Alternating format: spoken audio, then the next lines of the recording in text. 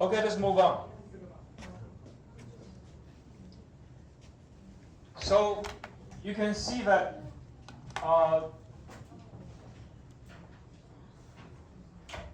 from 1950s to 70s, the productivity growth is 2.6%. Okay? You may see this is small, right? But 1 year is 2.6%, but you have something like 20 years. That's a lot. Okay? Sorry, not really. Yeah, 20 years. And then from 1970s to 1995, what happened is that the growth of productivity is going down, right? Why? Why the productivity growth is going down? Yang Junxiang. So I know you are Yang Junxiang, okay? So nice. So Lin Shengjie will be Lin Shengkai. Lin Shengkai will not be guilty. Okay, why the productivity growth is going down?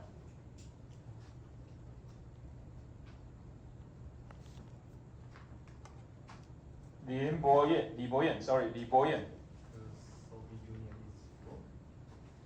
Because what? Why it has anything to do with Soviet Union? Because if Soviet Union broke, US. Okay, hold on. Can you tell us when Soviet Union collapsed? 1991. Then what about here? 1970s is already down, right? Soviet still very strong there, right? Why is going down? Okay, Li Boyan. My question is, why the productivity growth is going down, right?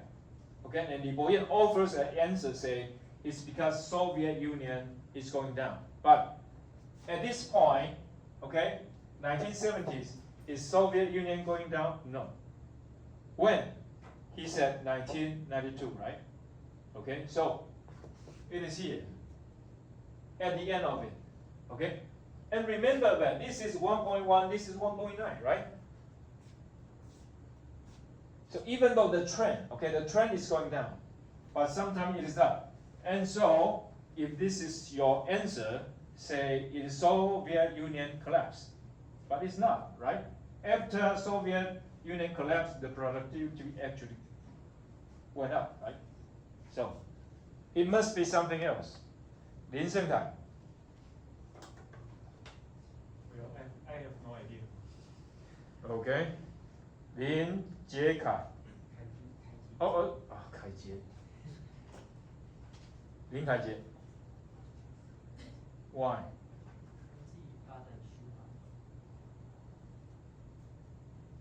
The answer is innovation, right?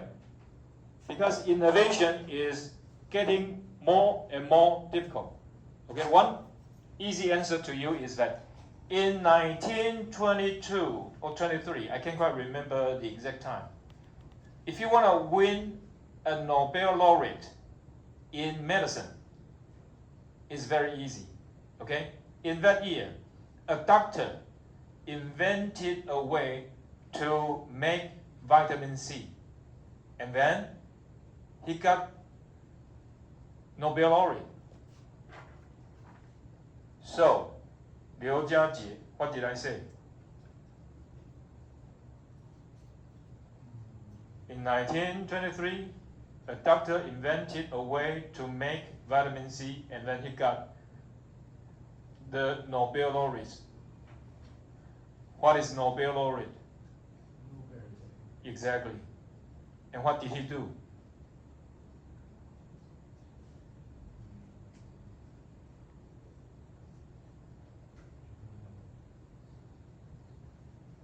Newton would be an easy example, right? Newton said, what I have achieved is because I'm standing on the shoulders of giants. Okay? But you can see, right? Improvement is not that easy. Innovate is even more difficult, right? So Anyway, when Armstrong stepped on the moon, okay, what did he say? He said, "This is a small step for a man, one giant leap for mankind," right? And now, if you go into the moon, going to the Mars, does it make you feel really better? Not quite, right? The excitement is not that much. So, and you have to know that. So, for example, we have economic growth 5% now, right? And another 5%, what does that mean? It's 1.05 squared. Okay? So it's much more difficult now. So let me give you another example. So in 1980s, Taiwan's GDP probably just $12 trillion. And now it is $25 trillion. So 10% in 1980 is just 1.2 trillion, right? 10% now, sorry, is 2.5 trillion. It's much higher. So if you look at, the growth rate is a little bit, right? But in terms of the whole amount, that's a lot, okay? So that's the reason that you can see. And there are not that many ways that you can make things better, okay? So in the past, you can make engine, okay? And now, cars are really much faster because of electricity, right? And so, what else? You're gonna make the car even better. It's difficult, right? Unless what do you use? Unless what you use? 黄燕青. Okay, we used to have internal combustion engine, right? And now you're gonna make better car. Now you have electricity vehicle, EV. And if you're gonna make cars even faster or cleaner, what would you need? 黄燕青. You don't know. 石瑜亭.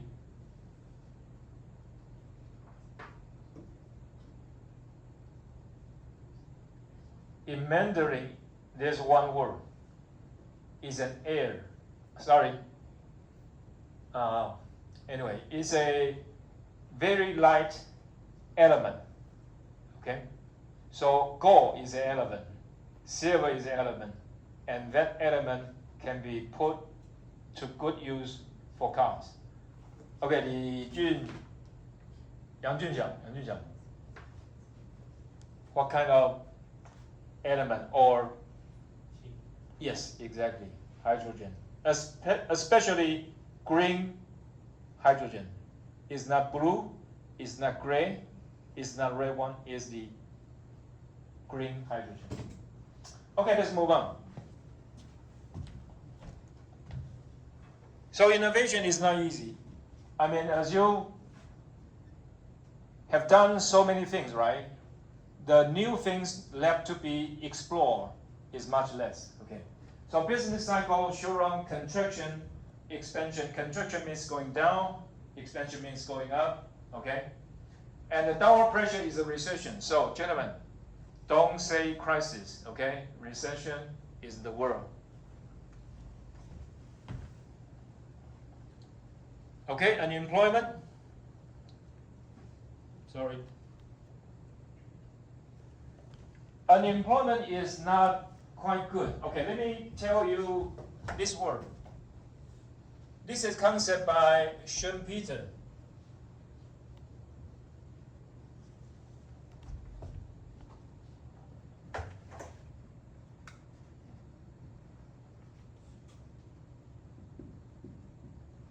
It's called creative destruction.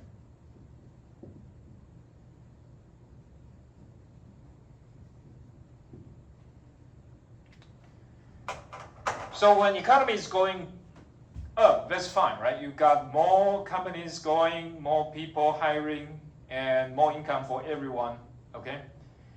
But when economy is going down, it sounds like very bad, okay?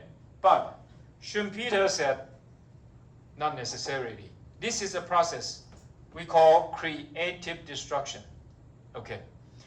Because there are so many companies, okay? Maybe because of the innovation, they invest too much. So they have too much capacity, okay, too much anything, everything out there. And so because of that, price is going down. And when price is going down, okay, necessarily company is going to make fewer profits or even suffer loss. And then what's going to happen? Some companies have to go away, right? Go bankrupt. And in this way, we call creative destruction. And the story we are going to talk about is this one. Okay? So what happened to Gogoro?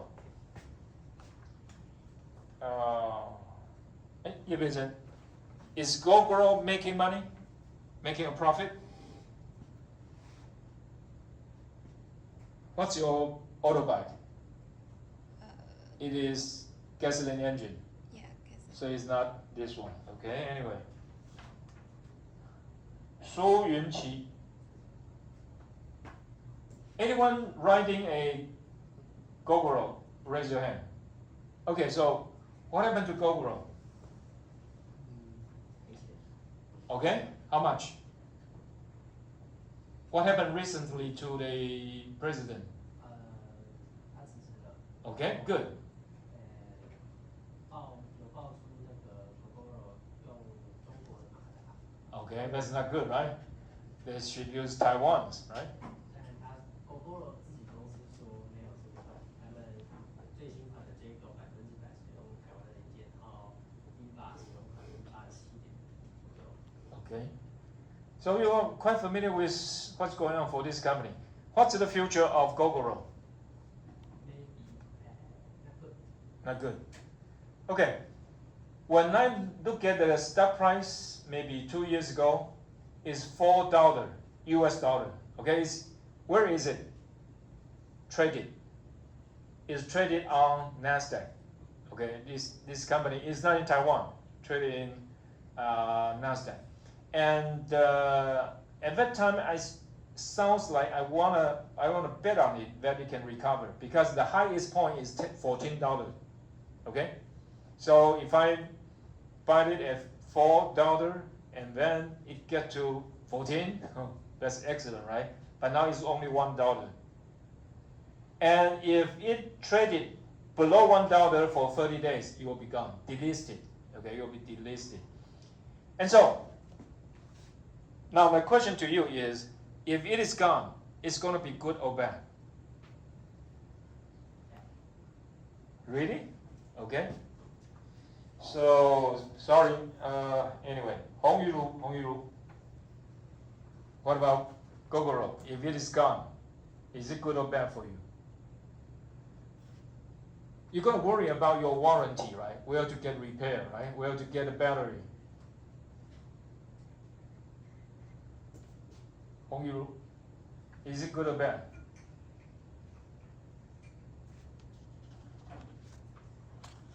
Chen Jiekai. No idea? Offer some comment? Feng Jie.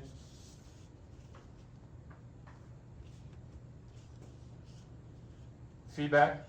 Comments? Okay, any company going belly up, it means that someone's going to lose job, right? But because it is gone, so it had to sell assets to return all the money to the debtor, okay? To the creditor, okay? And so in this case, they're going to have a fire sale. Sometimes we call fire sale.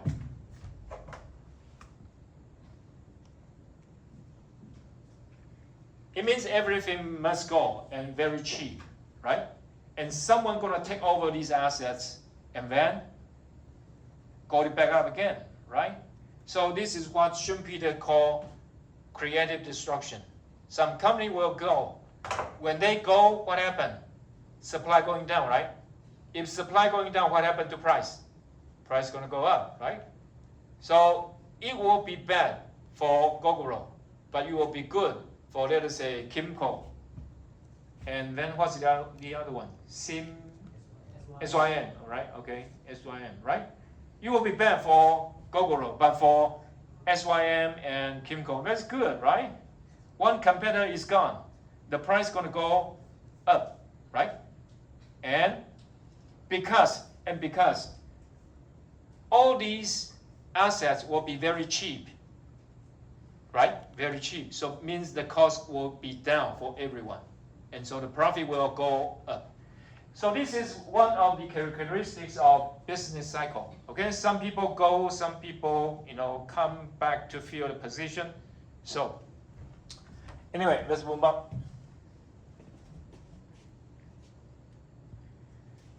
Okay, so a little bit, but because this is a textbook written by American scholars, so we use example from the US. So here is an unemployment rate. You look at that. Great Depression, that's really high, right? 25%. Okay? And then 1890s depression, close to 20%. And so that's very, very bad. Okay? And then turn to Keynes, John Maynard Keynes. His idea is on all these situations. Okay? Classical school said, if the economy is not good, a lot of people without jobs, and then what's going to happen? They're going to demand less wage. Okay, they're going to demand less wage. And because the wage is going down, some people are going to hire them, right? But what happened is the Great Depression is such a long time, 3 years, 4 years, even 5 years. The economy has never improved. So what happened? There must be something wrong with classical school. So the market is not perfect. So why? John Maynard Keynes said, okay, there's a price rigidity. So when price go up, it hardly come down. And so what we need is extra measure from the government to increase investment and help people to consume more. So that's the idea there. Okay? And we mentioned a little bit here, right?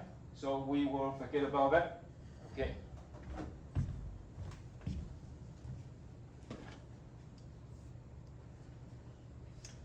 Okay, inflation. Inflation seems to be part of our life before COVID-19. Okay? If you remember, like from say 2008 up until 2019, 2020, we don't have inflation, and people don't worry about it, and the interest rate is very low. Okay, interest rate very low. If you remember, during COVID-19, the interest rate is close to zero for the U.S. Okay, and then for Japanese people, that's the same thing. Interest rate is very low, never this high, but because during the COVID, okay, people don't have jobs, so government offer a lot of subsidy, and then when the lockdown, okay, is gone, when the lockdown is gone, what happened? A lot of people come out and spend the money, so you get very, very bad inflation. But the point is you cannot see that because it is only up to 2019. Okay. Anyway.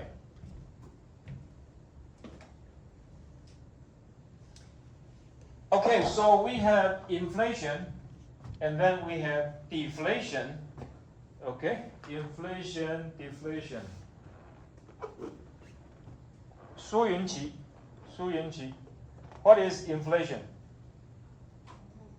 Okay, what does that mean? Exactly, okay, basically like that. And what about deflation? Chen Yijun, deflation. Okay, so what does that mean? The opposite, right? Okay, the opposite. So inflation, price keep going up for a while, right? And deflation, price keep going down. Okay? Huang Weixin, which one is better for the economy? Maybe I should say, which one is worse for the economy? Inflation or deflation? Excuse me? deflation is bad for the economy? I mean, hold on. So we have inflation, right? Inflation and deflation.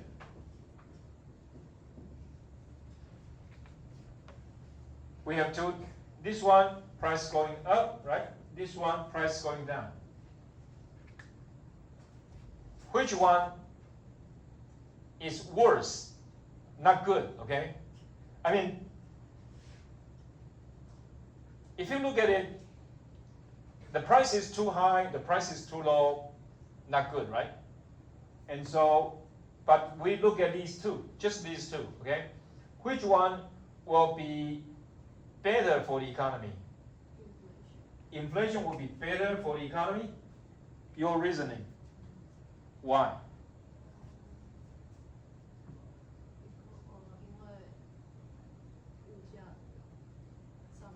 Okay. Are you sure? Okay, price goes up. Does that really mean your salary will go up too? Okay, generally we know that when inflation happens, okay, when inflation happens, price going up, right? Price going up. So company, they sell goods, they sell them at a higher price. Okay, so generally it's not bad. But for a lot of people, for example, like me, or the sales at a department store, okay, or those working as a waiter, right? They get fixed income.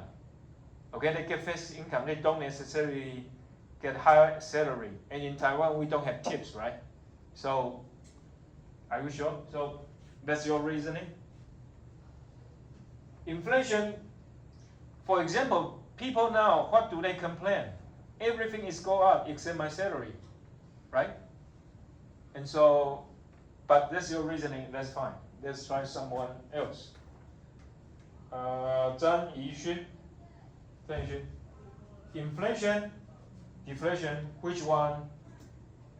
I mean, we don't like both, right? But which one is a little bit better?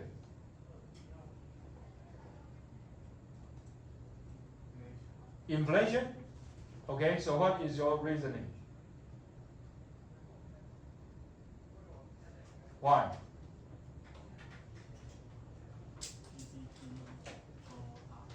Oh, really? Okay, what else? We're going to talk about real GDP and nominal GDP, right? Okay, so for example, but anyway, so for example, in 2008, okay, in 2008, 1 barrel of oil is $145, okay? But now, it is something like 70, one half, okay?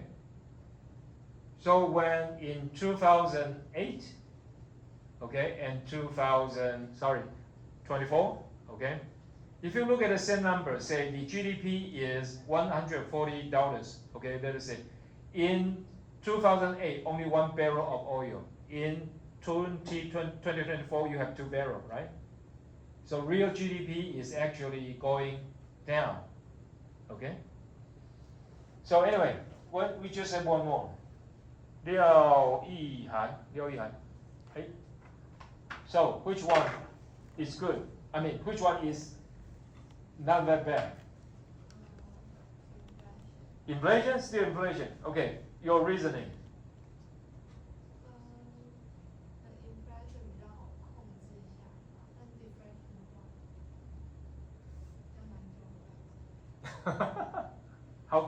How do you know?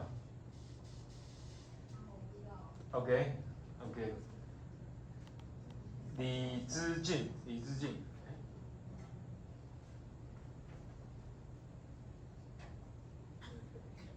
Inflation, still inflation. Okay, let's try these gentlemen down there. 林凯杰. So what's your feedback? Excuse me? Deflation? Okay, we got a different answer. So why?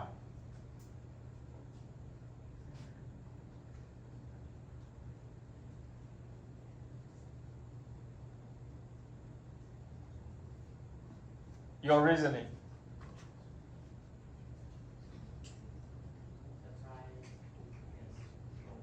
Okay?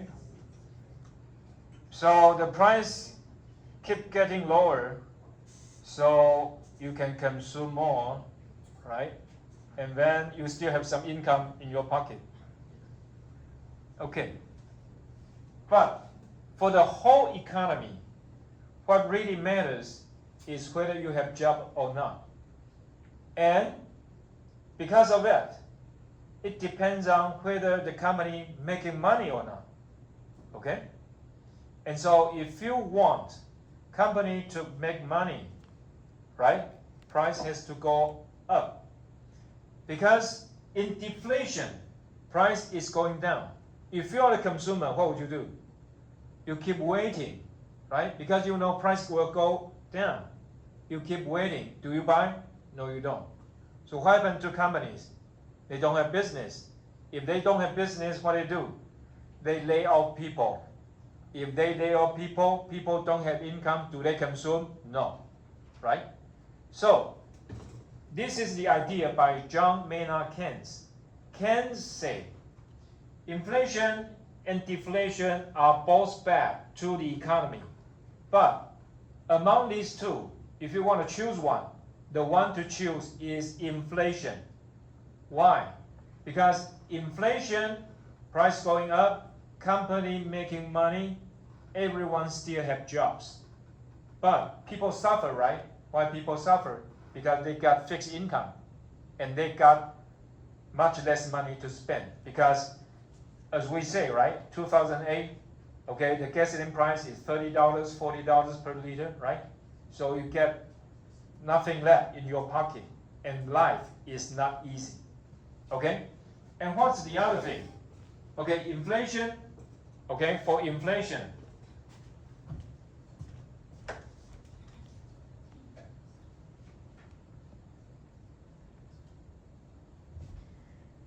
okay, inflation means goods becomes expensive, right? And the purchasing power of money going down. Okay? So what happened? Let me give you one example of my father. Okay? My father bought a house in 1970s. Okay? At that point, a house in Taipei is NT 200,000. Okay? Sounds good, right? Okay. 肖淑文, tell me how much is the price there for a house in Taipei? Mandarin. Louder. Right. At this price, you cannot even get a lavatory in Taipei, right? Okay. Okay. Then what happened? Everyone knows in 1974 there is an energy crisis. Okay, price goes way up. So a barrel of oil used to cost $2, and then at the end of 1975, it becomes $12. Okay? Very high inflation. Okay, very high inflation. Okay, but what happened to my father? Mortgaging. What is mortgaging? We mentioned this before, right? Wang Yufeng. What is mortgaging? We mentioned this time. You don't know. Chen Youxi. Mortgaging. 4 words. The first two, house. The second, the third and fourth, loan. Remember that? No. Wang Peizhen. Exactly. Okay, we know the whole situation changes, right? The whole situation changes. because of inflation, okay, because of inflation, price go way up, okay? But my father bought a house with a mortgage. The mortgage is a contract, it doesn't change. So what happened is that my father benefit from, my father is actually a debtor, right? My father is a debtor. Who is the creditor? The creditor is the bank.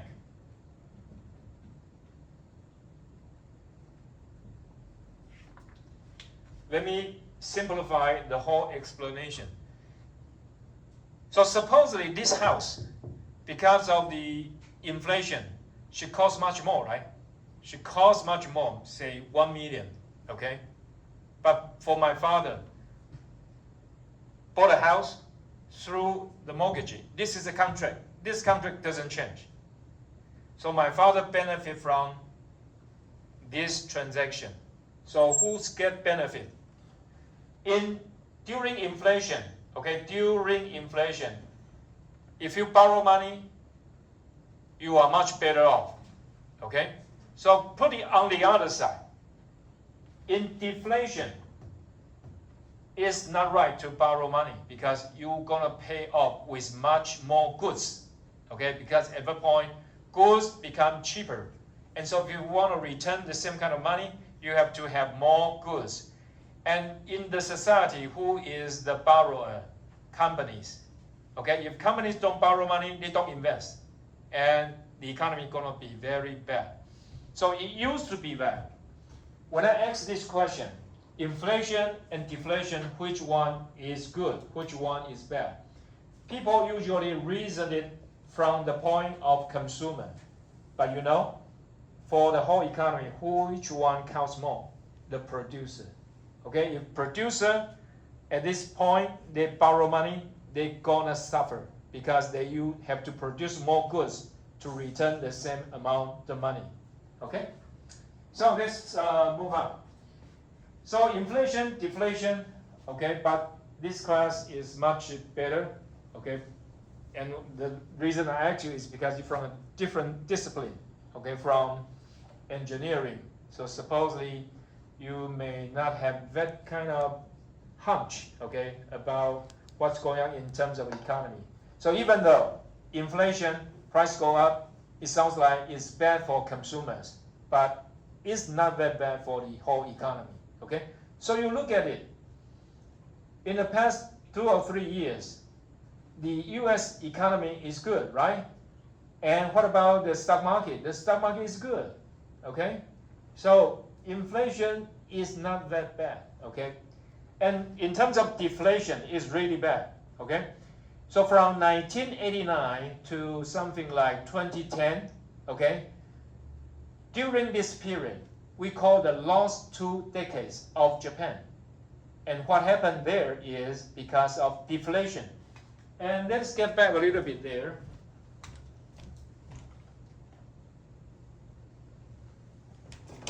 So if you look at deflation here, and also, there should be something like 2008 and 2009, okay?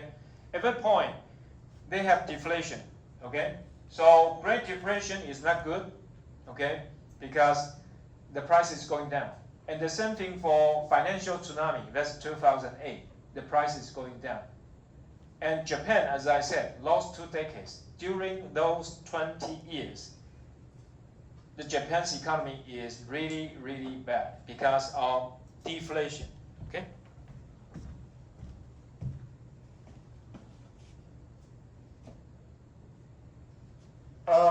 Here is about international economy. We won't talk too much about it. We will discuss it next semester. So if you have open economy, it means you have trade and finance with other countries, and because of that, the impact will be even worse. So sometimes if one country has inflation, they may export inflation with their goods. On the other hand, if some country, okay, they have deflation, they may do the same thing, okay, export.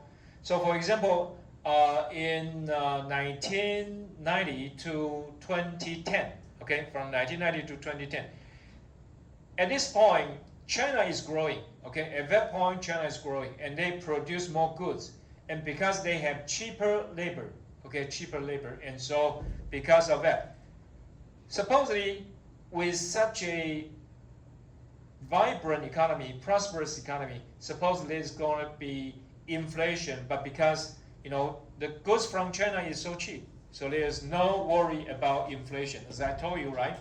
So during the first 10 years of the 21st century, actually people don't know much about inflation. That's because of China. But now China is totally different, okay, totally different. And as a matter of fact, the exports and imports of the United States doesn't matter much, okay? Even though it sounds like it's a big number, but it doesn't matter much. In terms of Taiwan and Singapore, that's totally different. 70% of Taiwan's GDP is export, okay? Export accounts for 70%. And I think for Singapore is even worse. I mean, even higher. So that means if the export is not good, Taiwan's economy gonna suffer, okay? Okay, macroeconomic policy, you have fiscal policy and monetary policy. So what are they?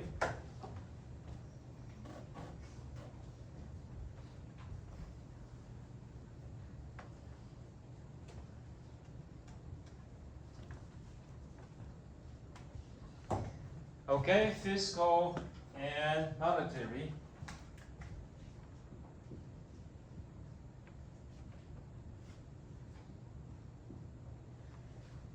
Fiscal policy is controlled by the government, and monetary policy controlled by the central bank. And what can you do with fiscal policy? You have two. One is tax, and one is expenditure. And for monetary policy, it is money supply. So money supply goes up, or money supply goes down. And tax goes up. If tax goes up, you have to give more money to the government. So that's not good, okay? And expenditure, usually that's going up. So this, if tax goes up, the economy is gonna go down. If expenditure goes up, the economy is gonna go up, okay? So this will be contractionary policy, okay? So if you look at now, US, they're going to elect a new president, right? So every candidate, Kamala Harris or Donald Trump, what do they say? They're going to cut tax, okay? They're going to cut tax. Because I cut tax, I give more money to you, right? People feel better. Companies feel better, okay? And I'm going to spend more, okay? Spend more, and so you get more jobs in the market, okay? And you get more investment, so good. So this is what we call expansionary. This is contractionary. Contractionary, and this is expansionary. And suppose you want to spend less, the economy is going to go down, and you're going to tax less, the economy is going to go up.